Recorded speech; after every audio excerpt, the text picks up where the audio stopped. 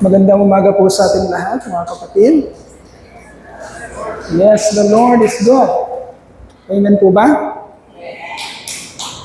Yeah.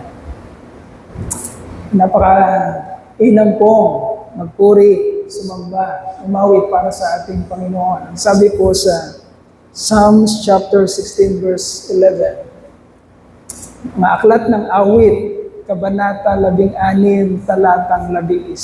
Psalm chapter 16, verse 11. Ang sabi po doon, "You will show me the path of life. In your presence is fullness of joy. At your right hand there are pleasures forevermore." Isa pong katotohanan, mga kapatid, na hindi natin pwedeng ikaila. Isang katotohanan na kung ikaw ay talagang nakaranas, nakarinig, nakaunawa, tumanggap at nakaranas ng kabutihang loob ng Diyos o ng Kanyang grasya, ay hindi makakaranas ng ganitong klaseng kagalakan at kapayapaan sa iyong puso. Ito po ang katotohanan ipinamamanhik, sinishare, ibinabahagi ng mga nauna po sa ating mga sumasampalataya sa Panginoon. Peace and joy sa presensya ng ating Panginoon. Kung nandun talaga tayo, meron pong kapayapaan at kaligayahan. Yan po ang inawit natin kanina. Hindi po yan ginagawa-gawa ng ating buhay. Hindi po yan ginagawa-gawa ng ating isipan o ng ating puso. Yung kapayapaan at kaligayahan na yun, ito ay parang isang bukal sa ating puso, sa seat ng ating puso, sa kaibuturan ng ating puso. Parang isang bukal na hindi mo napipigilang dumaloy. It is like a wellspring that flows in the innermost, at the core of your heart. Hindi mo mapipigilan. Sapagkat ito'y hindi mo trabaho, ito'y trabaho ng Diyos sa buhay mo.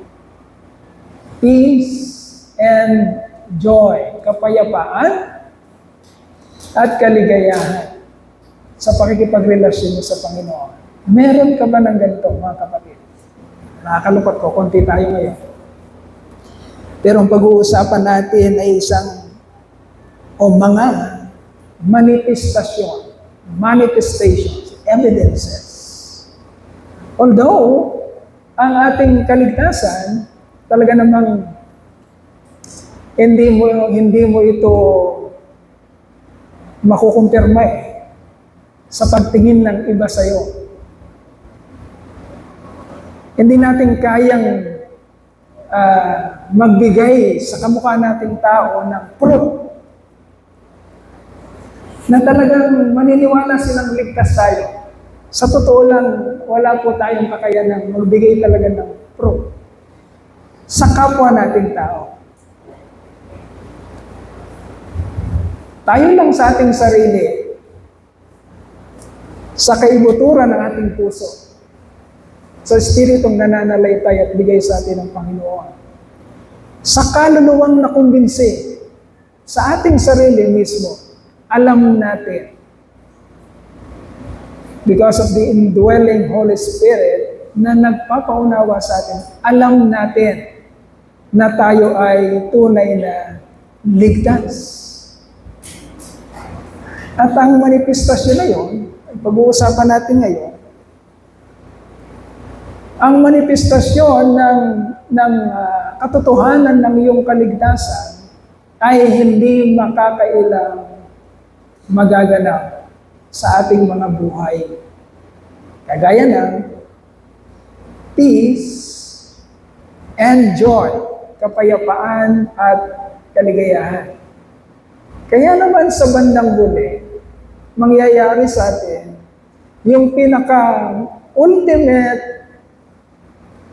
reason or ultimate, anong term ang pwede nating, ultimate motive, yung pinakarurok na kagustuhang mangyari ng Diyos ay magaganap sa ating buhay. Which is to glorify Him. Yung masiyahan tayo kung sino ang Diyos. Masiyahan tayo sa pagbibigay ng tunay na papuri, pasasalamat at pagsamba sa Kanya. Yung katotohanan, not a superficial praises and worship to God na parang alalang, kumakanta-kanta lang tayo, but the purity, the sincerity, the deepest, highest, widest appreciation we can give to our God, our Creator, dahil naunawaan natin kung gaano ang napakainam na biyaya na tinanggap natin mula sa Kanya. Yung katotohanan ng inaawit natin kayo ng wala nang hanapin pa, wala nang nanaisin pa, kundi mamalagi sa piling mo, aking Ama. Wala nang papantay sa'yo, nag-iisang Panginoon, kaya ang naisin ng puso ko'y sa piling mo. Yung masamyong papuri at pasasalamat at pagsamba ng katotohanan ng mga salita na ibinibigay natin sa Diyos. Hindi lahat ng pagsamba, hindi lahat ng pagkanta o pagganap sa Diyos ay tinatanggap ng langit. Hindi. Hindi po. At hindi po natin yung ginagawa-gawa lamang. Ito ay resulta o bunga ng trabahong pagpapatawad, pagtumos, at kaligtasan tinanggap natin mula sa Panginoon. Kung tinanggap mo na yun sa iyong buhay, mga kapatid, magiging evident, magmamanifest sa iyo ang mga manifestasyon o ebidensya ng sinasabi mong kaligtasan tinanggap mo sa Panginoon. Pag-aaralan natin ngayon ang ikatlong parte ikatlong parte ng ating pong tinatalakay bilang part 2 ng tema ng ating pang-isang taong pag-aaral, which is More Than Conquerors in Christ. Chapter 2, which is the execution of the plan of salvation. And then, nandito tayo sa part 2, which is justified. Part 1 is called, and then part 2 is justified. Pinawalang sala. Sa mensaheng guilty, but declared not guilty. Ang saya nun. Napakasaya nun, mga kapatid. Yung maintindihan mo, yung katotohanan, guilty, ikaw ay guilty, but you are declared not guilty. Makasalanan ka or natagpuan kang makasalanan, ngunit diniklara kang walang kasalanan. Napakasaya noon. Kung talagang maiintindihan natin ang katotohanan, natagpuan kang makasalanan, ngunit diniklarang walang kasalanan. At imbis na takot ang nararamdaman mo, sapagkat talagang makasalanan ka. Imbis na panginginig at takot, depression, o anumang mga bagay ang nararanasan mo, dahil sa katotohanan tinanggap mo, kapatid, nagresulta yung katotohanan na yon na pinaunawa sa iyo ng Diyos, hindi na ng takot, kundi kapayapaan at kaligayahan. Kaya sinasabi natin, ang saya kapag naunawaan natin ang katotohanan na imbis na ikaw ay mapahamak, naligtas ka at diniklara kang walang kasalanan ng ating Panginoon. Pero paano nangyayari yun sa atin, mga kapatid? We will read our text, Romans chapter 5, verses 1 to 21. Huwag kayong mag-alala, hindi natin tatalakayin yung 21 verses ngayon. Magkakaroon to ng dalawang parte. Okay? From verses 1 to 11, and then from verses 12 to 21. Okay? Ang tatalakayin lang natin ngayon is yung verse 1 to 11, which is, doon po ipapaliwanag sa atin yung resulta o yung bunga ng ating pagkaunawa, ng ating pakikinig, pagkaunawa, pagtanggap sa katotohanan nagmumula sa ating Panginoon. Justified by faith. Okay, we will read. Let us read first. Romans chapter 5, verses 1 to 21.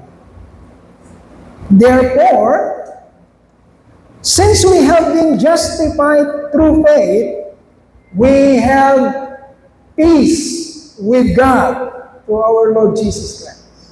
Okay, yung peace ko na yan, mga kapatid. Basahin ko muna. Basahin ko muna lahat. Para hindi humaba ang ating explanation. Okay. Through whom we have gained access by faith into this grace in which we now stand. Pakinggan niyo pong mabuti, mga kapatid. In which we now stand. And we rejoice in the hope of the glory of God. Not only so, but we also rejoice in our suffering. Because we know that suffering produces perseverance. Perseverance, character. And character, hope. And hope does not disappoint us because God has poured out His love into our hearts by the Holy Spirit, whom He has given us. You see, at just the right time, when we were still powerless, Christ died for the ungodly. Very rarely will anyone die for a righteous man, though for a good man, someone might possibly dare to die. But God demonstrates His own love for us in this. And what is that? While we were still sinners, Christ died for us. Since we have now been justified by His blood, how much more shall we be saved from God's wrath through him. For if, when we were God's enemies, we are reconciled to him through the death of his Son, how much more, having been reconciled, shall we be saved through his life? Not only is this so, but we also rejoice in God through our Lord Jesus Christ, through whom we have now received reconciliation. Sana po, pagka nababasa natin, sana hindi ito parang isang aklat lang o isang kwento ng kung ano bang literature o ano bang kathang isip na mga aklat na pag binabasa mo is okay lang na paniwalaan mo, okay lang na hindi, binasa mo lang. No, this is the Word of God. This is the truth. Pag sinulat dito, kapatid, ito yun, 100% na totoo at nangangailangan ng ating paniniwala at pagtanggap. At kapag nangyayari sa atin yan, mga kapatid, mismo ang mga katotohanan na ito ang nagsisilbing materyales sa atin para maganap sa atin yung gustong mangyari ng Diyos na kapayapaan at kaligayahan sa buhay sa kabila ng kung anuman ang nangyayari sa sanlibutan ito. Gaya ng nakikita natin ngayon sa Israel. Nagbubombahan na ngayon. Nagpapadala na ng missile. Nagkikera na ngayon. Hindi nyo kayang imagine yun kung tayo ang papadala ng missile. Nagigera na ngayon sa Israel at Iran. 3 days ago, nagsimula na siya. Kung walang pananggalang ang Israel, marami nang patay sa Israel ngayon. Pero dahil sa technology, meron silang tinatawag na Iron Dome, nasasalag nila yung mga missile sa himpapawid pa lamang. Ganun nakatindi ang technology ngayon. Pero ang Iran, wala nun. Ang Israel lang ang meron. Okay? Nagpapalitan na ng bomba ngayon. Baka hindi nyo nababalitaan.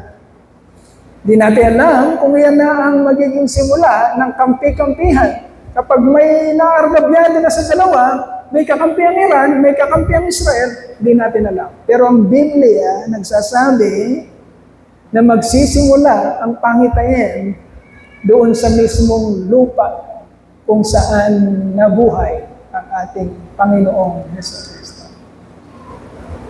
Kaya makinig mabuti, mga kapatid. Kailangan taglay nyo yung kapayapaan at kaligayahan. Ano man ang mangyayari sa ating sanlibutan. Ano man ang darating sa ating sanlibutan.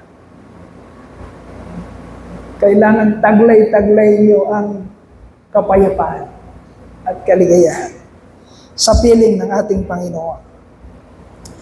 And then, in verse 12, therefore, just as sin entered the world through one man, and death through sin, and in this way, death came to all men because all sinned. For before the law was given, sin was in the world. But sin is not taken into account when there is no law. Nevertheless, death reigned from the time of Adam to the time of Moses, even over those who did not sin by breaking a command, as did Adam, who was a pattern of the one to come. But the guilt is not like the trespass. For if the many died by the trespass of the one man, how much more did God's grace and the gift that came by the grace of the one man, Jesus Christ, overflow for the many. Again, the gift of God is not like the result of the one man's sin. The judgment followed one sin and brought condemnation, but the gift followed many trespasses and brought justification. For if by the trespass of the one man, death reigned through that one man, how much more will those who receive God's abundant provision of grace and the gift of righteousness? Take note, righteousness is a gift. The gift of righteousness, they will reign in life. Through the one man, Jesus Christ, they will reign in life. They will be more than conquerors. Are you? Consequently, just as the result of one trespass was condemnation for all men, so also the result of one act of righteousness was justification that brings life for all men. Or just as through the disobedience of the one man, the many were made sinners, so also through the obedience of the one man, the many will be made righteous. Saan natin papaliwan? Napakaganda nito mga kapatid. Verse 20, the law was added, listen very carefully, do not let the enemy, the devil, kukunin yung atensyon nyo, tapos ala na naman, dumating na naman yung ibon, tinuwa na lang yung kung ano man yung gustong ibigay sa inyo ng Panginoon. Ala na naman, pagdating ng tribulation, hindi nyo alam ang gagawin nyo. Anong gagawin ko? Anong nangyayari? Nandito ang katotohanan ng magiging kasangkapan ng Diyos para meron tayong kapayapaan, mga kapatid. Ano man ang mangyari sa sanlibutan ito. So listen very carefully. Verse 20, the law was added. Take note, added. Dinagdag lamang. The law was added so that the trespass might increase. But where sin increased, grace increased all the more. So that just as sin reigned in death, so also grace might reign through righteousness to bring eternal life through Jesus Christ, our Lord. Okay, mahaba-haba yun, kaya hindi natin matatalakay lahat yun, mga kapatid. We will focus on the result of being justified by faith. Okay, pinag-aralan natin last Sunday, mga kapatid. Ano ang ibig sabihin ng justified by faith? Okay? Justified by faith means believing ang pagpapawalang sala ng Diyos sa pamamagitan ng pananampalataya ay ang paniniwala, okay? Ay ang paniniwala. Ano yun? Ano yung mga pinaniniwalaan? Number one, that you are saved by God's unmerited favor. Nire-recall lang natin. Number two, paniniwala that you are declared blessed and righteous apart from any performance or work by a person. And then thirdly, believing or paniniwala that you are forgiven. Pinatawad ka na. Pinatawad saan? From any transgression. From all transgressions. Sa lahat ng iyong pagkakamali at sa lahat ng iyong kasalanan. Yun ang ibig sabihin na pinawalang sala ka na. Yung pagsampalataya mo sa kung ano ang ginawa at ibinigay sa iyo ng Diyos, bagamat ikaw ay natagpo ang makasalanan. Guilty ka. Walang pwedeng tumayo dito sa harapan natin at sasabihin, basta ako, wala akong kasalanan. No, walang ganun sa scripture. Walang pwedeng tumayo sa harapan dito at sabihin, basta ako, mas magaling ako kaysa sa kanilang lahat. Hindi naman ako gumagawa ng kasalanan eh. Walang ganung pagtingin ng langit sa kung sino man sa atin. Wala, bagsak tayo lahat. Kaya naman pag naiintindihan natin yung pagiging makasalanan na yun, yung pinag-aaralan natin every Thursday, kaya umatin kayo ng Thursday theology class natin. Total depravity, bagsak ka, patay ka, wala kang magagawa sa sarili mo, totally depraved ka. Pag naiintindihan natin yun, at nag-offer ang Diyos, nagbigay siya ng, ano yung offer sa Tagalog? Nagpaanyaya siya na bagamat wala kang pag-asa, ay nagbibigay siya ng pagkakataon sa iyo na ibigay yung pag-asa na yun, in-offer niya sa iyo yung salvation apart from any effort or any work na gagawin mo para sa Kanya. Kapatid, doon sumasabog yung pasasalamat mo. Kasi natagpuan mo na yung sarili mo na wala ka ng pag-asa. And then dumating siya para i-offer sa'yo na, okay, ikaw wala ka ng pag-asa. Pero ako na naglalang sa'yo, bibigyan kita ng pag-asa. May gagawin ako sa'yo. Naniniwala ka ba? Yun lang ang gusto niya. Naniniwala ka ba na meron siyang gagawin? Actually, may ginawa na siya. And that was 2,000 years ago at the cross of Calvary. His offering. Ginawa na niya. At naghihintay ito ng paniniwala sa atin. That also, that faith, that understanding, is also God's gift for us. Hindi lahat ng tao nakakaintindi.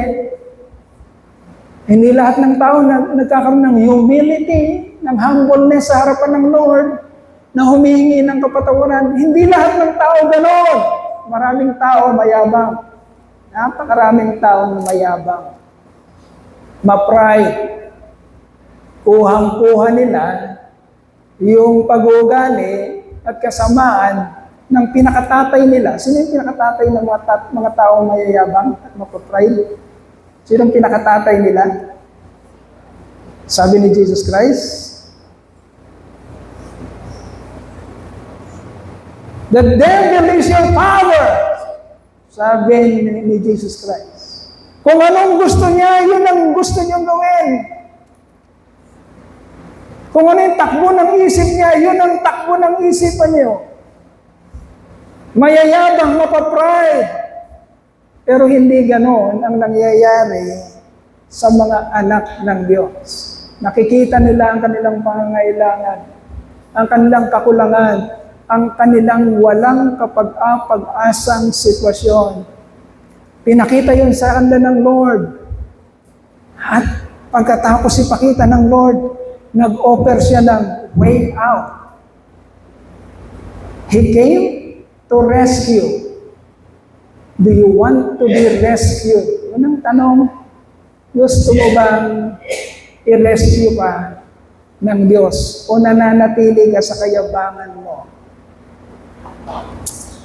Okay. So, justified by faith. What is the result?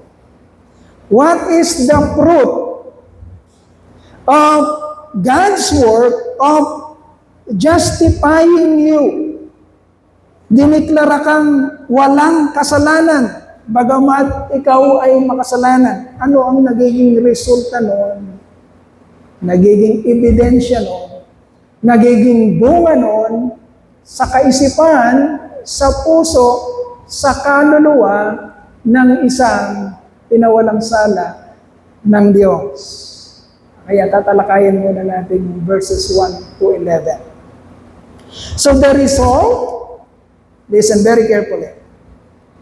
The result or the fruit of understanding our justification through faith in Christ Jesus is what Galatians chapter 5, verses 22 to 23 talks about.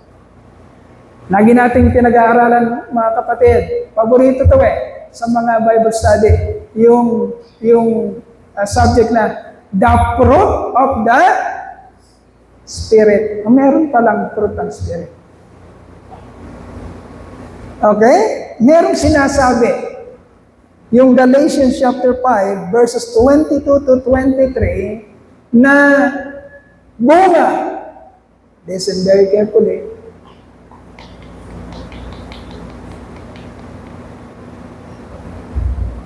Bunga ng Espiritu.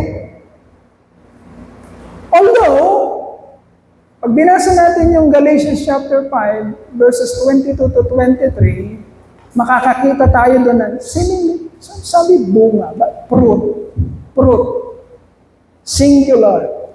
Pero bakit siyam ang nandun? Bakit siyam ang nakalagay? Pero ang sinabi ay fruit of the Spirit. Okay? Pero siyam ang mababasa natin doon. There are 9. Although, Galatians, ang pinakita niya doon is one fruit or single fruit, but there are 9 manifestations of that fruit of the Spirit. Siyam. Okay? But, although siyam yun, we will just focus on the 2 manifestations which are written in our text today, Romans chapter 5, verses 1 to 11. Kahit na siyam yung makikita natin, babasahin ko mamaya sa Galatians chapter 5, verse 22 to 23. Magpo-focus lamang po tayo mga kapatid sa dalawang fruit. Kasi yun lang muna yung nabanggit dito sa ating teksto na Romans chapter 5, verse 1 to 11. Okay? We will just focus on 2 manifestations which are written in our text today, namely, peace and joy. But let me just quote first the 9 manifestations of the fruit of the Spirit in Galatians chapter 5, verse 22 to 23. Wala yan dyan. Makinig lang kayo dito mga kapatid. Ganito ang sinabi sa Galatians chapter 5, verse 22 to 23. But the fruit of the Spirit is love. Tignan niyo mga kapatid pag binabasa natin, ang tinatawag natin intellectual honesty. Okay? Pag nag-aaral tayo ng mga katotohanan, kailangan meron tayong tinatawag na intellectual honesty. Pag napapatunayan natin na ang binabasa natin ay nakukonfirm natin na totoo, kailangan meron tayong, ano yung honesty sa Tagalog? Honesty.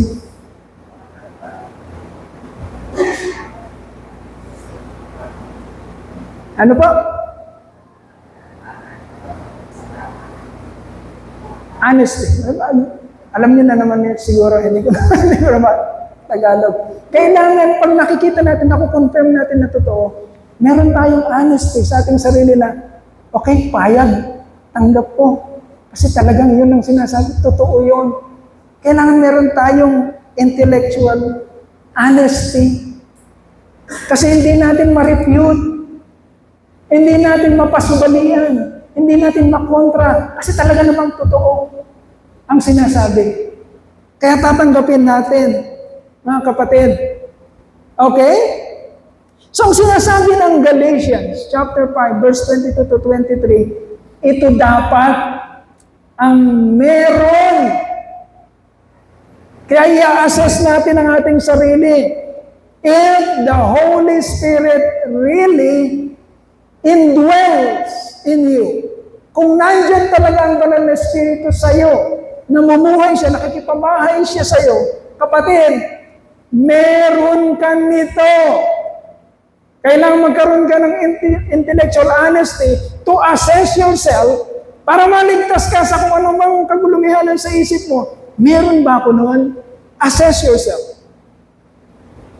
If you are really a born-again Christian, if you really have the Holy Spirit of God, then you will have the fruit of the Spirit.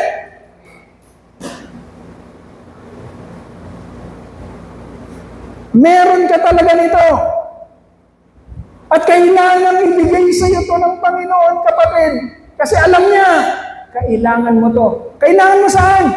Sa pananagumpay mo. Kailangan mo to para magkatotoo yung sinasabi niya that you are really more than conqueror. Okay? Kasi pag hindi nangyayari kung ano yung sinabi ng Panginoon, yung kanyang mga pangako, ay mag-uwian na lang tayo. Kasi hindi naman totoo ang mga nangyayari dito. But I'm telling you the truth, my dear brethren. Na ang mga salita ng Diyos ay talagang trustworthy, makatotohanan. Kaya pag binabasa natin at pinag-aaralan natin, magkaroon tayo dapat ng intellectual honesty upang maligtas tayo sa anumang umaalipin sa atin at magsimula sa atin yung kagalingan kapag nag-agree tayo at inamin natin, nangyayari ba to? O hindi nangyayari sa atin. But the fruit of the Spirit is number 1, love. Joy, peace, patience, kindness, goodness, faithfulness, gentleness, and self-control. Ibig sabihin, kapatid, hindi mo pwedeng ikaila na kung ikaw ay totoo, tunay na anak ng Diyos, ay meron kang banal na espiritu. At kung totoong meron kang banal na espiritu, there will be manifestations of the fruit of the Spirit in your life. Okay? Huwag kang manita ng iba. Wag. Hindi ito binigay, yung katotohanan nito, hindi binigay sa atin para maging pulis tayo sa iba, manita tayo ng iba. Sabi ng Galatians, kailangan may fruit of the Spirit. Si kapatid na ano kayo, meron kayo siyang fruit of the Spirit. Huwag kang manita ng iba. Tignan mo yon sa sarili mo. Meron ka ba noon? Kasi kahit tignan mo ng tignan sa kapatid mo, wala kang pwedeng patunayan.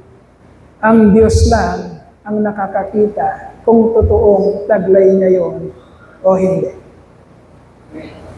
Assess yourself. Tignan mo kung nabubuhay sa iyo o nagmamanifest sa iyo, nagiging evident sa buhay mo ang mga manifestasyon ng bunga or fruit of the Holy Spirit that is indwelling in you. So be enlightened about these truths. Pastor, bakit siyam? Sana sinabi. But the fruits of the Spirit are. But the Word of God clearly stated, but the fruit of the Spirit is. Ibig sabihin, mga kapatid, yun ang bunga ng Espiritong nasa sayo. Nag-iisa lang kasi yun. At ang bunga na yun, meron siyang na ebidensya o manifestasyon. Yun ang ibig sabihin nun. Hindi mismo yung mga ano yung adjective? Joy, peace, ano yan, Sister May? Noun? I'm sorry, hindi tayo magaling sa ano. Yung siyam na yun, noun. Okay? These are manifestations. Parang kung lalagyan natin ng illustration, ay bunga ng mangga. Lahat kayo, kadalasan nabibigyan ko yung mangga dyan sa likod. Okay? O yun lang muna. Yung manibalang na bunga ng mangga, yung nag-iisang bunga na yun, yun ang bunga. Pero, pwede siyang magkaroon ng maraming manifestasyon. Yung isang bunga ng mangga, isang manibalang na bunga ng mangga sa likod. Pwede mo siyang makita na manifestasyon niya, mabilog, makinis. Pag kinain mo, masarap, manamis-namis. Tawag dito, manamis-namis, mangasim-ngasim. Si manibalang siya. Manilaw-nilaw, maberde-berde. So marami ka nang masasabi sa kanya, pero nag-iisa, bunga. Pero yun yung mga manifestasyon ng bunga na yun. Parang ganun ang isang paliwanag. But be enlightened about these truths, mga kapatid. Una, the fruit of the Spirit, listen very carefully. Kasi pag pinapanahog yung message, kailangan ang assessment natin, sandali, titignan ko, ito ba'y nangyayari sa akin o hindi? Kasi kung hindi nangyayari sa akin, may panahon pa ako. Bago sumabog ang World War III. Hindi po ako, kahit nangingiti po ako mga kapatid, seryoso po yun. Yung mga nangyayari ngayon, seryoso po. Pwede po talagang mangyari. We are not setting dates or times. No, we cannot do that. But there are signs of times na sinasabi ang Biblia na pwedeng panahon na para sa pagbalik ng Panginoon. We don't know that. The exact moment, the exact time, hindi natin alam. Pero ang iniwan sa atin ng Lord is, be watchful. Maghanda ka. Be prepared. Paano ka nagpiprepare? Paano ka nagpiprepare? Mag-ipon tayo ng pera. Ganito ba ang preparasyon? Mga kapatid, Truth and Life Christian Church, may mga pera tayo, magbigayan tayo, bili tayo ng isang lupa sa bundok, maghukay tayo doon, gawa tayo ng bunker, punuin natin ng mga, ang tawag dito, ng mga pagkain, pang isang taon, doon muna tayo lahat. Ganito ang preparasyon. Hindi. Wala tayong magagawa kung magugunaw ang mundo, mga kapatid. Ang preparasyon natin is, kailangan magkaroon ang ating puso't isipan, ang ating kaluluwa ng kapayapaan nagmumula sa iyo. Kaligayahan nakamit sa piling mo. Yun ang preparasyon. Kasi pag pumutok na ang mga senyalis na ito, mga kapatid, kung wala kang kapayapaan at wala kang kaligayahan, kapatid, mawiwildang ang mundo mo. Sapagkat ang pag-asa mo lamang ay narito sa magugunaw na mundo na ito. Nandun lang ang pag-asa mo. Pag nakita mong nawawasak na ang pisikal at material na mundong ito, wala ka na rin pag-asa. Our hope, my dear brethren, ang ating pag-asa ay wala sa mundong ito. Amen?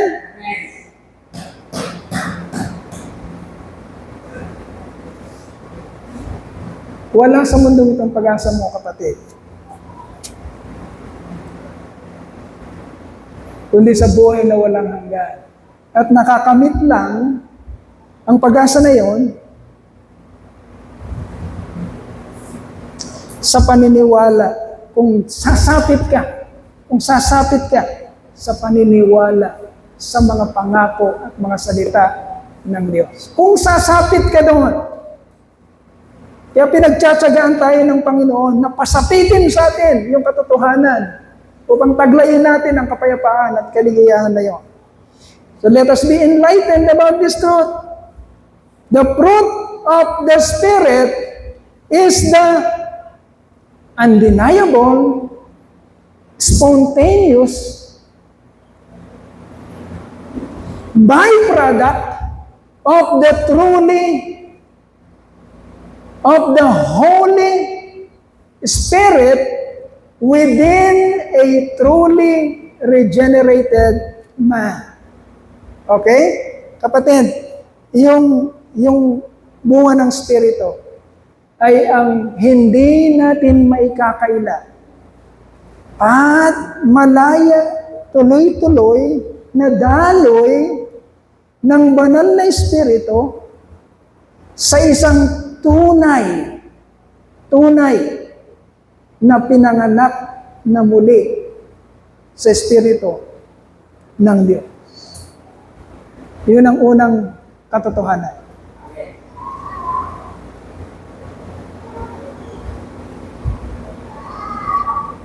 Second truth, the fruit of the Spirit cannot, listen very carefully, cannot be obtained by any attempt of a man without the initiative and enablement of God. Tandaan natin mga kapatid. Ang bunga ng Espiritu ay hindi galing sa tao.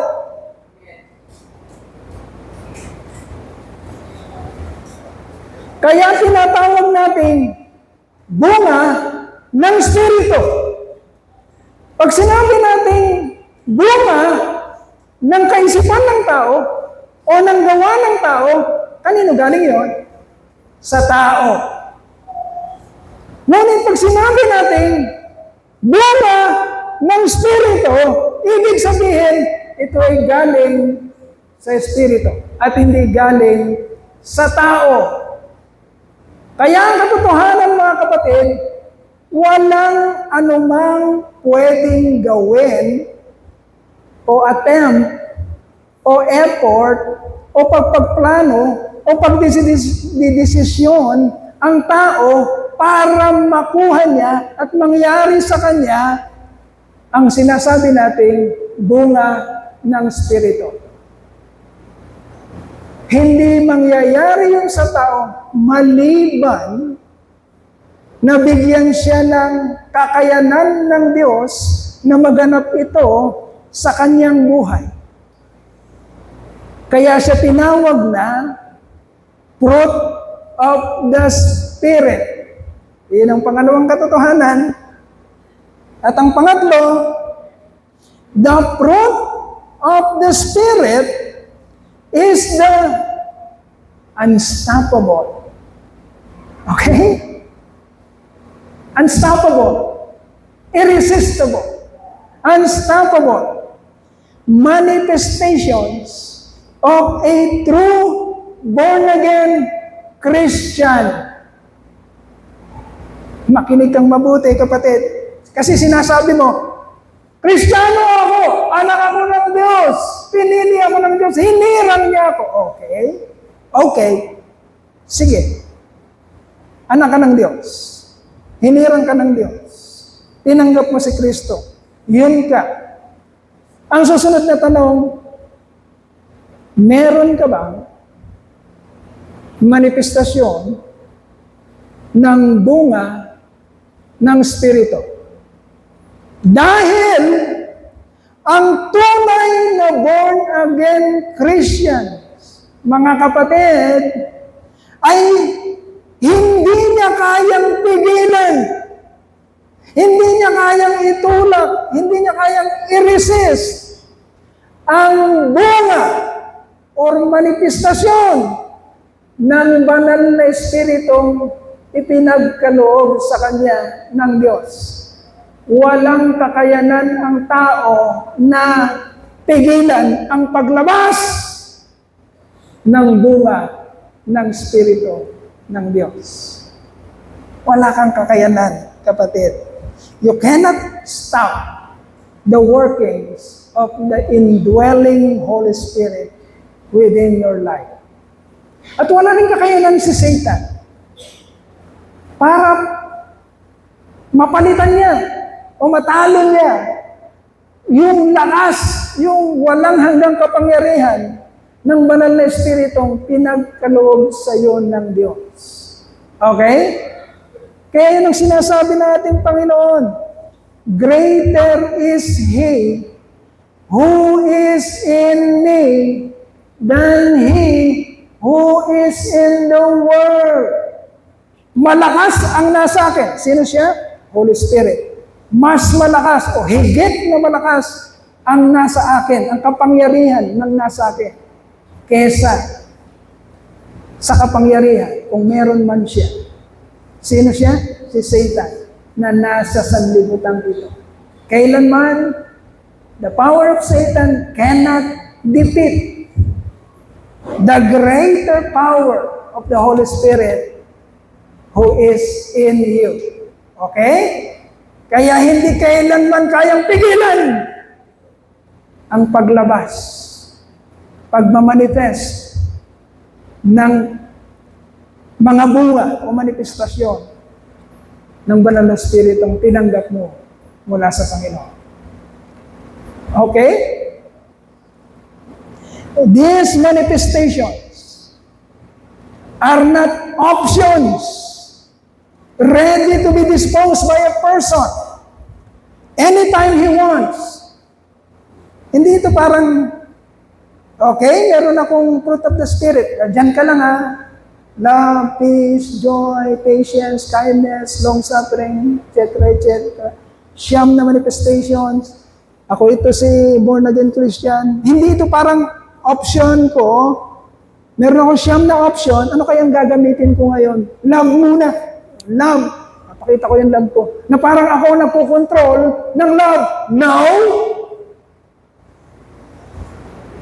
These manifestations, hindi ito options na pwede mong i-dispose anytime you want. Ano kayang maganda sa pagkakataon ito? Makukulit sila eh. Patience muna. Nasaan ba yung patience? O number 4. Kasi patience muna ipapakita ko. No. No! Hindi ganon ang manifestasyon ng bunga ng Espiritu, mga kapatid.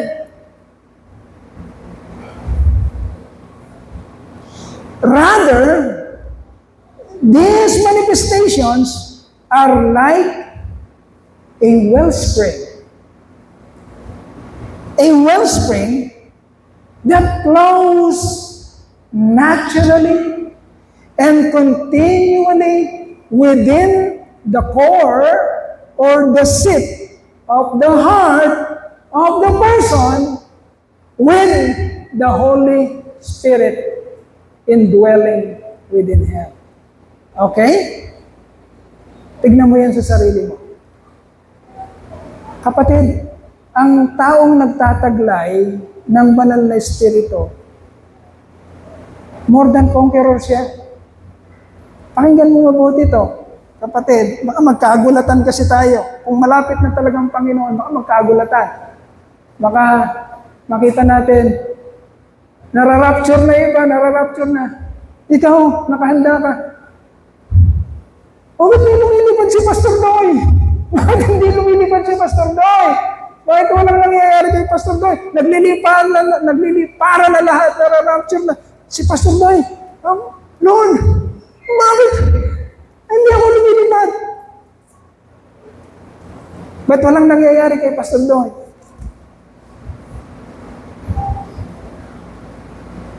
Tunay ba ang conversion ni Pastor Doy?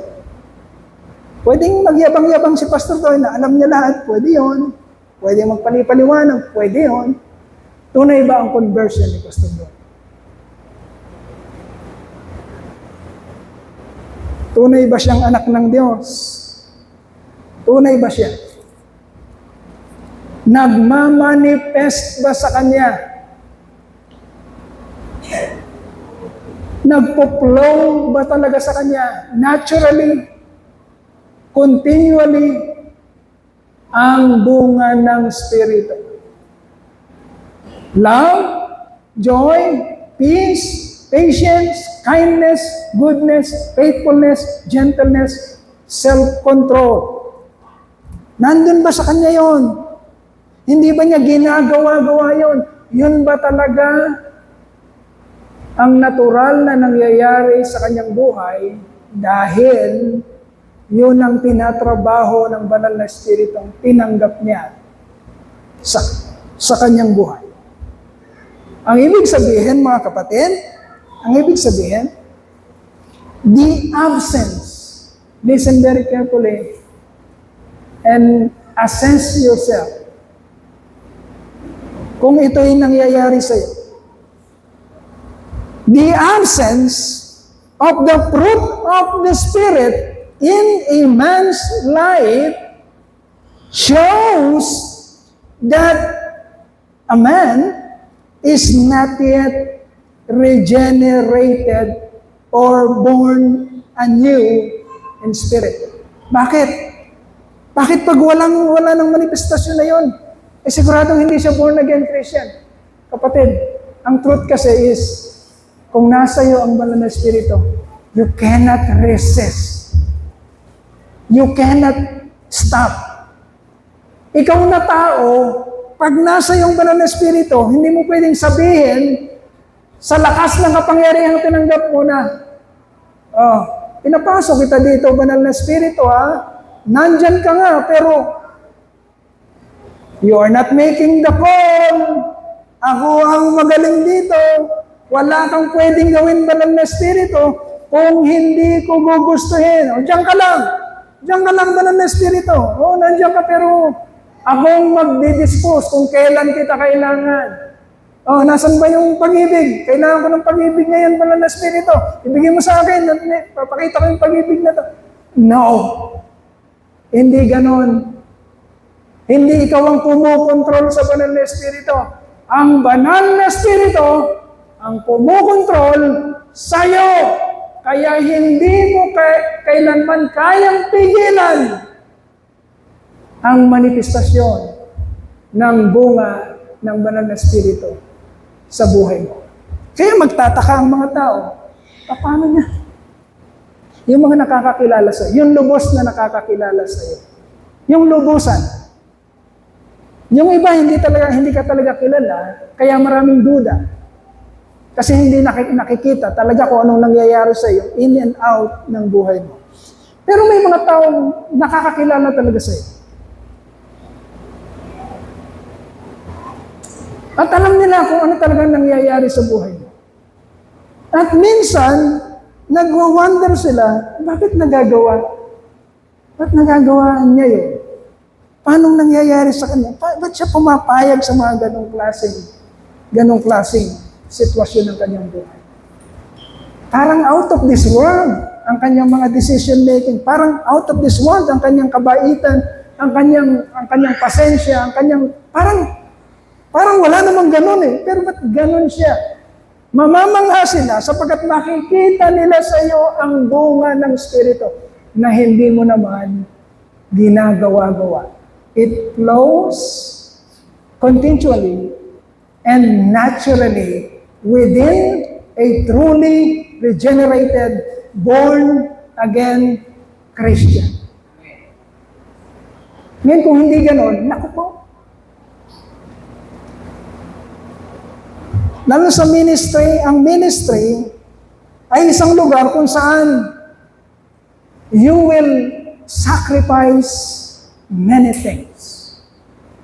Ang ministry, ang church, ang ministry, ang gawain ng Panginoon, ito yung isang lugar na although tumatanggap ka, at ang pagtanggap mo ay nakikita mong tinatanggap ng Panginoon, mula sa Panginoon, yung graces na yun, yung blessings na yun. Pero yung ministry mismo, mga kapatid, ito yung lugar kung saan talagang marami kang sacrifices. Okay? Pag ang takbo ng isipan mo sa ministry ay pupunta ako sa truth and light, ano kayang pakinabang ko doon? Ano kayang makukuha ko? O ano kayang... Pag ang takbo ng isipan mo sa paglapit mo sa Panginoon at pagganap mo sa ministry o sa church, ay kung ano yung mapapakinabangan mo, kapag you're missing the point. Hindi mo nakikita ang motibo ng Diyos bakit ka dinadagdag sa isang iglesia. Dinadagdag ka ng Diyos sa isang iglesia para magkaroon ng venue, ang manifestasyon ng bunga ng Espiritong tinanggap mo sa Diyos. Sa church kasi, doon may papakita na mahal mo ang isa't isa. Okay? Sa church kasi, doon napapakita na kailangan meron kang pasensya, patience sa isa't isa. Sapagkat sa church, mga kapatid, hindi ka pwedeng mamili ng mga taong gugustuhin mo lang at paglilingkuran mo lang. Si Pastor Doy, hindi siya pwedeng, sandali, sino ba yung mga asset ko dito? Tingnan ni Pastor Doy lahat. Ay, ito, asset ko. Pakinabang to sa akin eh. Paglilingkuran ko yan. Kapatid, ano ang gusto mo? Paglilingkuran kita. Kasi asset kita. Pag nakakita siya, si kapatid naman na ito nagkukunwari-kunwari na, manong matanggal na dito sa church na to. Hindi ka pwedeng umasta na gano'n sa church. No? Magiging pasensyoso ka sa lahat. Sapagkat yun ang ginawa ng Panginoon, maging sayo din nung hindi ka pa nakakaunawa. Yun din ang narinig natin sa Panginoon nung pinapako siya sa krus ng Kalbaryo. Nung pinahihirapan siya, ang inusam ng kanyang bibig is, Father, forgive them. They know not what they are doing. Hindi nila alam, pinapako ng Panginoon. Yun yung binasa natin kanina. He demonstrated His own love for us in this, while we were yet sinners, Christ died for us. So the church and the ministry, kapatid, ito yung avenue para lumutang ang manifestasyon na taglay mo talaga ang banal na Espiritu. So assess yourself. Sino ka sa church? Anong nangyayari sa iyo? Paano ka ginagamit ng church, ng Diyos sa church at sa ministry? That's why yung mga nanay, pinapatayo natin every Thursday. How is God enabling me for ministry? Yan yung mga dahilan para ma-assess natin sa sarili. Paano nga ba? O tatayo ako doon. Ano yung papatotoo ko? Paano ako ginagamit ng Diyos sa iglesia? Paano nga ba? Hindi tayo mag-iisip ng lulukohin natin sarili natin, ang Diyos at ang kapwa natin. No. You must see for yourself. Sino ka? Ano ang ginagawa ng Diyos sa iyo at paano Kanya ginagamit sa Kanyang ministeryo at sa Kanyang kaluwalhatian? So the absence of the fruit of the Spirit in a man's life, kapatid, it will only show that a man is not yet born again, not yet regenerated in spirit. So without it, without the fruit of the Spirit, it confirms that a man is not yet, I'm sorry, saved. Is not yet saved. Pastor, ba't yung mga ibang churches nagkukumahog? Gustong-gusto nila sabihin, save ka. Ba't tayo? Bakit parang hindi natin masyadong inaano na, ligtas ka. Kapatid, totoo kapatid, totoo. Ang ating Diyos, pinagplanuhan na niya, dinesisyonan niya, at patuloy niyang tinatrabaho very intricately ang plano ng kanyang kaligtasan para sa mga hilirang. Totoo yun. Hindi nagkakaroon ng pagkakamali, hindi nagkakaroon ng delay ang Diyos kung paano niya nilalatag, paano niya ini-execute, kung ano ang kanyang pinagplanuhan at dinesisyon, hindi pa man nalalalang ang sanlibutan. Ang Diyos natin gustong maganap at talaga namang magaganap ang lahat ng kanyang kalooban patungkol sa kaligtasan ng lahat ng kanyang mga inirang. At mangyayari yun. Ngunit, hindi rin niya itinago sa kanyang mga salita ang mga identities, ang mga pagkakakilanlan, ang mga manifestasyon, ang mga bunga, ang mga resulta, kung ikaw ay talagang pasok sa loob ng kanyang pinagplanuhan. Because our God never give us false hope. Hindi niya tayo binibigyan ng mali na pag-asa. Binibigyan niya tayo ng malalim, makatotohanan, at nauunawang pag-asa kung paano siya nagtatrabaho sa ating buhay. Because there are many people na sinasabi, mismo sa salita ng Panginoon, sa Matthew chapter 7, na merong false hope. May maling pag-asa na kumpiyansang lalapit sa Panginoon. Panginoon, Pastor Doy, ginawa ko yan, Lord. You know me, Lord. Nangaral ako. Nagpagaling ako ng mga may sakit sa iyong pangalan na. Gumawa ako ng mga milagro sa iyong pangalan na. Ano ba ang kailangan, Lord? Di ba? Ganun ang ginawa ko. Sinabi ba ng Lord na lumayo ka sa akin, ikaw na mapaggawa ng masama? Hindi tinago ng Lord ang katotohanan sa ating mga kapatid. Our God wants us to have peace and joy because we understand. Because we hear the word, naintindihan natin. And because we accepted it, tinanggal natin yung pride natin at kayabangan, pumayag tayo at naniwala tayo, tinanggap natin, Lord, oo nga, totoo nga, sige Lord, baguhin mo ko. Sige Lord, gawin mo sa akin kung anong kalooban mo. Sige Lord, payag ako. Kagaya ng sabi ni Mary, ni Blessed Virgin Mary, nung sinabi ng Panginoon sa kanya, ang isang imposibleng pangyayari sa buhay niya. Darating at lulukuban ka ng banal na Espiritu at ikaw ay magdadalang tao, hindi sa pagsiping ng kung sino man, magdadalang tao ka at ang anak sa sinapupunan mo ay anak ng Diyos. The only begotten Son. Payag ka, kahit imposible, payag ka. Nangyayari ba yun? Pero si Blessed Virgin Mary, payag. Okay, Lord. Ito ba ang gusto? Be it unto me according to your word. Mangyari nawa sa akin kung anong sinabi mo.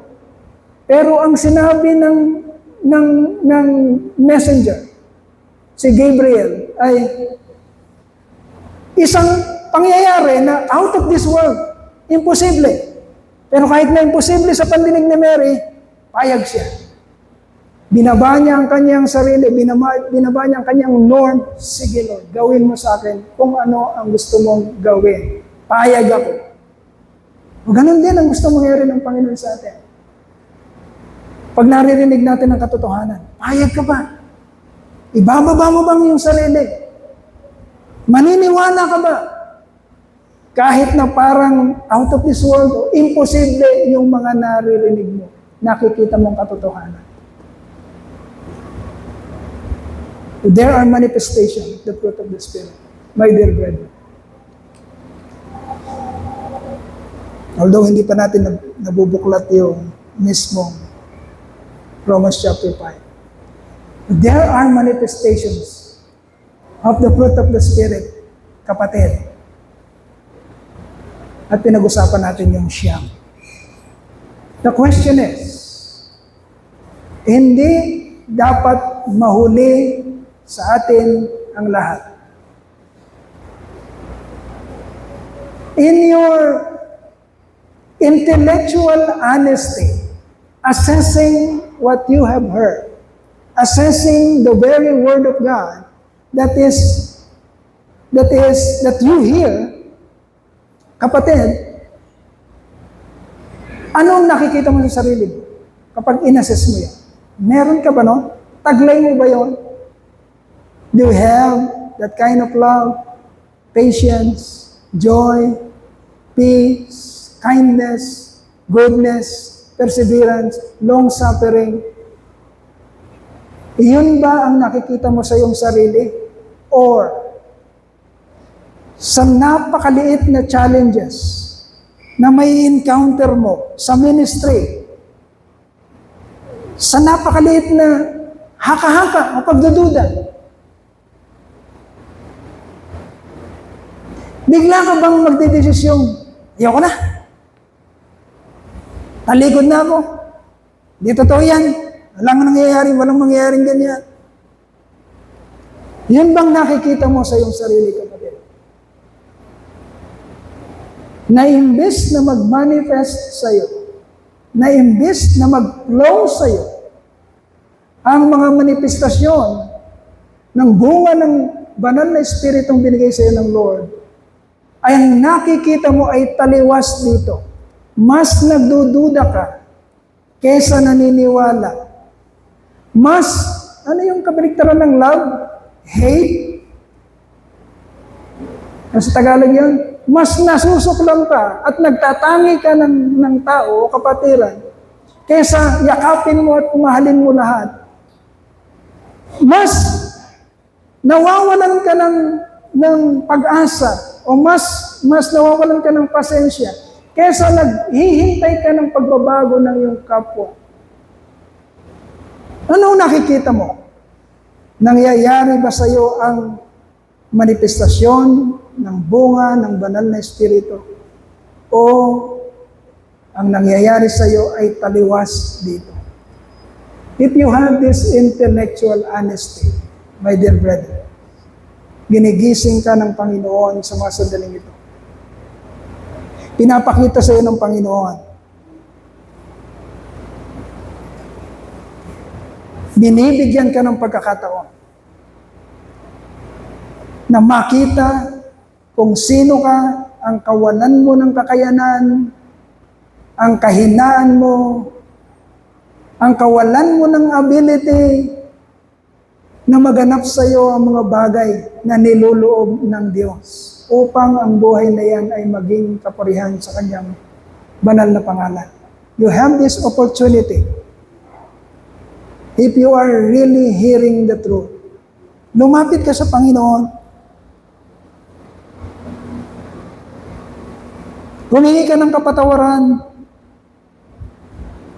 Aminin mo ang iyong kakulangan. Aminin mo ang iyong pride, kayabangan, ang pagre-reject mo sa iyong pangangailangan ng tagapagligtas. Aminin mo na wala kang magagawa kung hindi i-allow mo ang pakikialam, ang intervention ng kapangyarihan ng Diyos na magtrabaho sa iyong buhay, sa iyong puso, sa iyong isipan, sa iyong kaluluwa. You have given this opportunity to accept what God is offering to you generously and freely today. Generously and freely. Kapatid, ang pagflow ng kapayapaan at kaligayahan sa iyong buhay can be possessed by anyone if by faith in God's amazing grace, by faith in God's justification, by faith in God's saving redemptive grace, pananampalataya sa kung ano yung malaya, sa kung ano yung mayamang pagpapanaog ng biyayang pinagkakaloob sa iyo ng Diyos. Gusto kanyang patawarin, gusto kanyang iligtas, gusto kanyang tubusin. Ang natitira, kapatid, narinig mo ba ang panawagan? Naunawaan mo ba ito?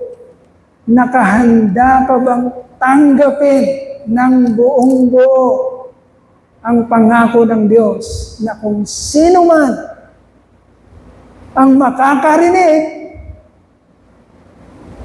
makakaunawa at tatanggap sa kanyang inihaing kabutihang loob, ay hindi niya bibiguin, hindi niya itatakwil, bagos pagkakalooban ng kapayapaan at kaligayahan.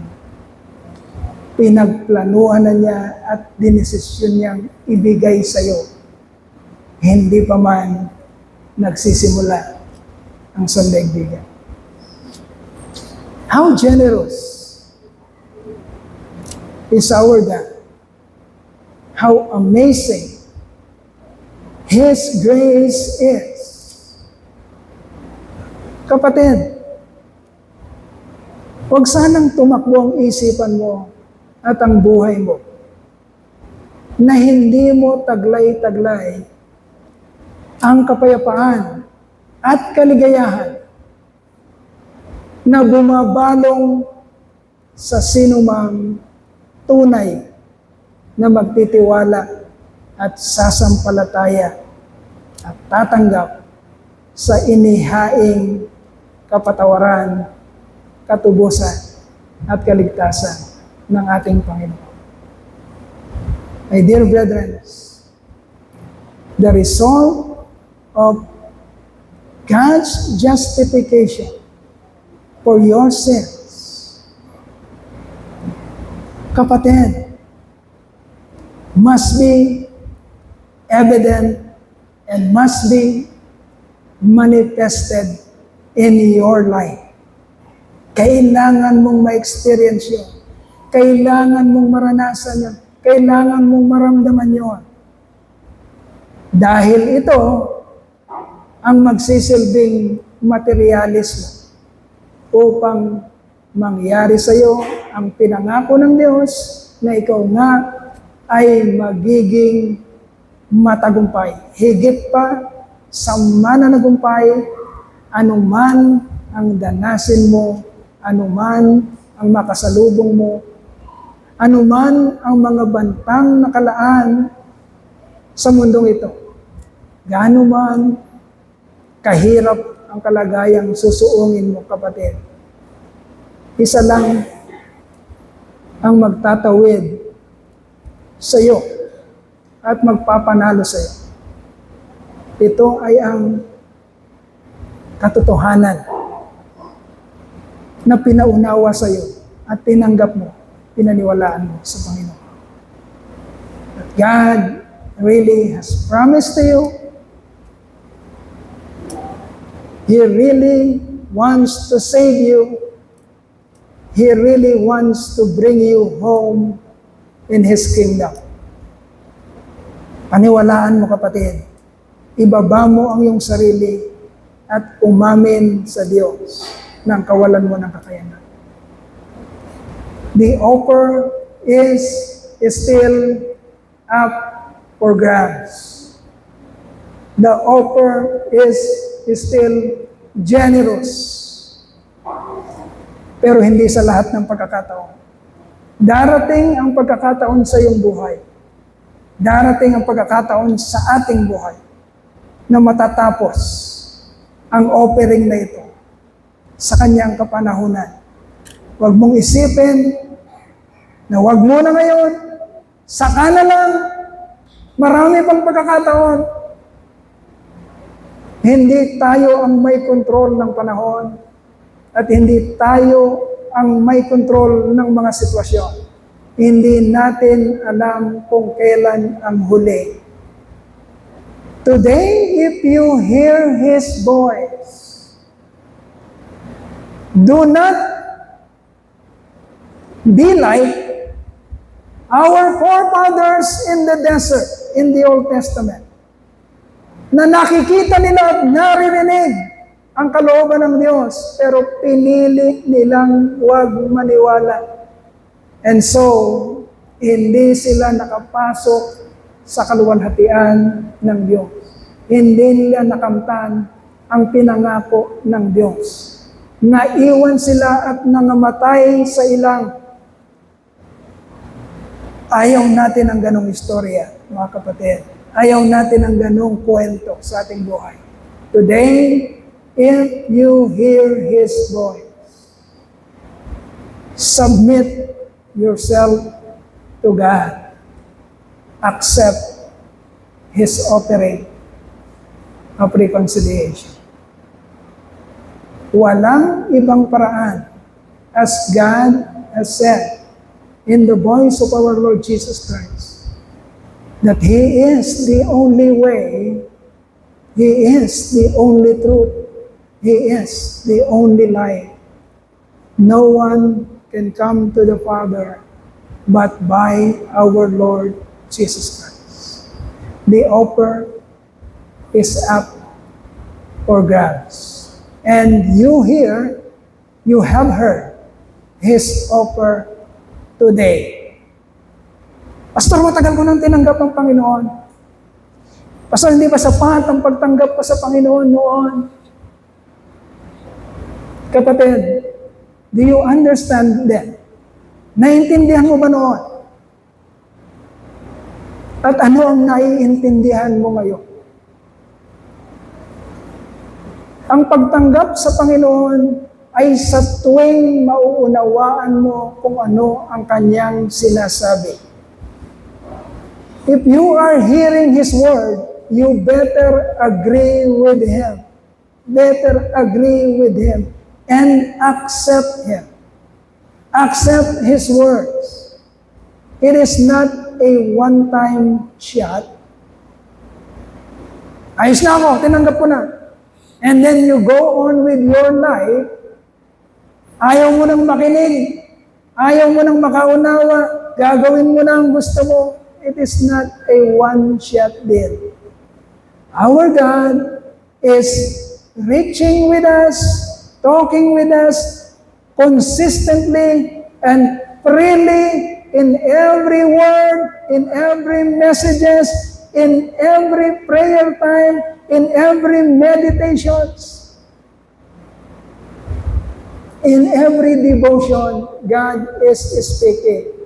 Do we see ourselves hearing the word, understanding it, and accepting it in our life? My dear brethren, if you hear His word, better believe it and accept it. You have no other means and you have no other option but to entrust your whole self with His words and with His promises. Napakapalad natin, mga kapatid.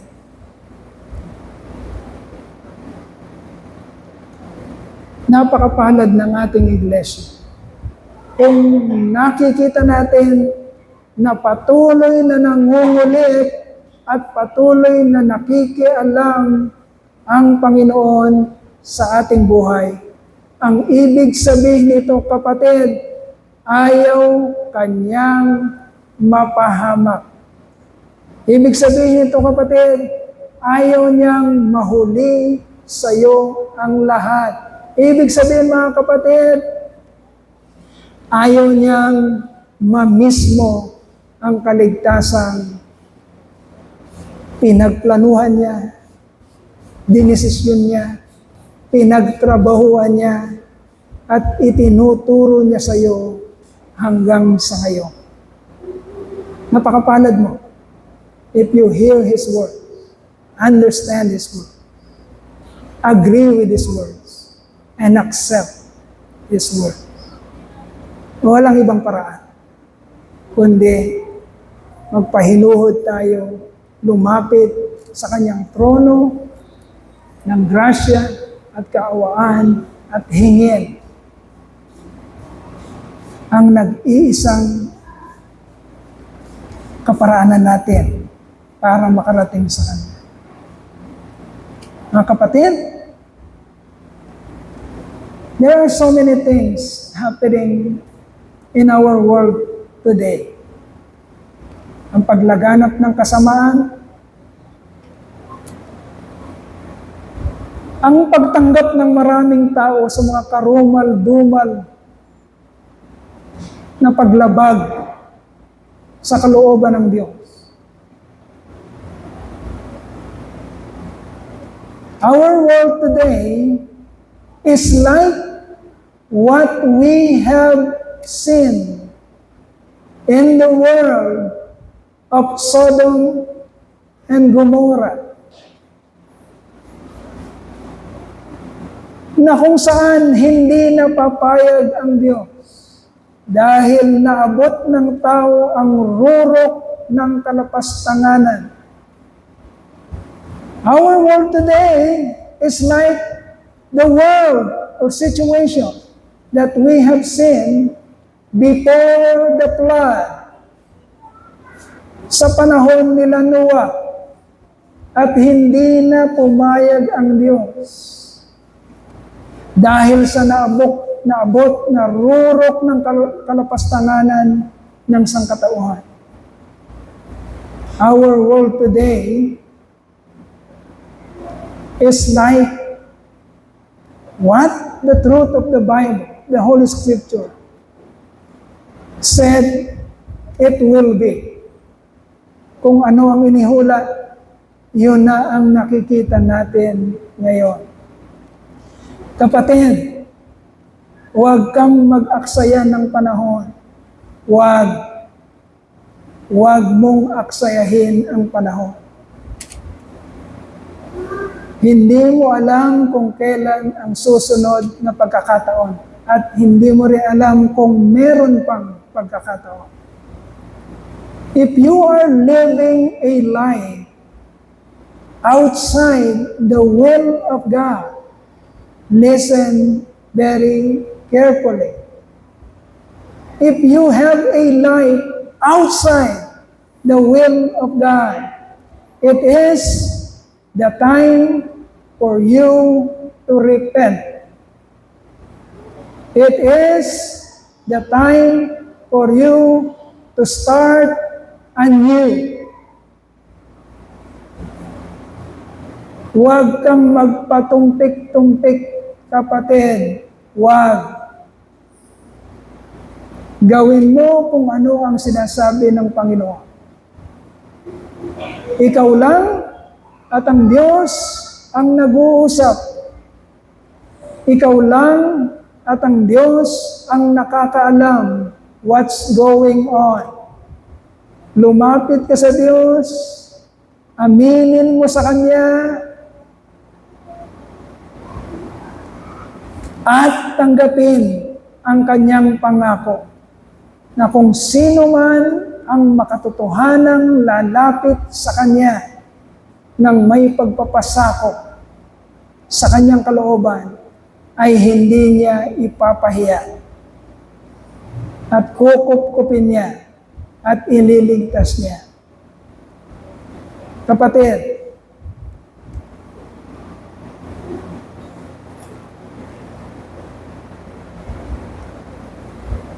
it is unprecedented that the world is really ending.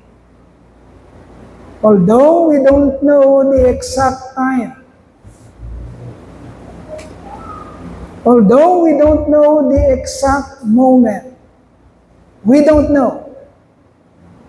We don't know kung ngayon ba o bukas, o sa isang taon, o sa susunod na 2 taon, o sa susunod na 10 taon, o sa susunod na 50 taon. We don't know. But God has given us an admonition that we should be prepared anytime. We should be prepared. Huwag mong utakan ang Diyos at sasabihin mo sa isip mo, matagal pa naman, gagawin ko muna kung anong gusto kong gawin. Pag malapit na, tsaka na lang ako babalik sa Kanya. Huwag mong utakan ang Diyos.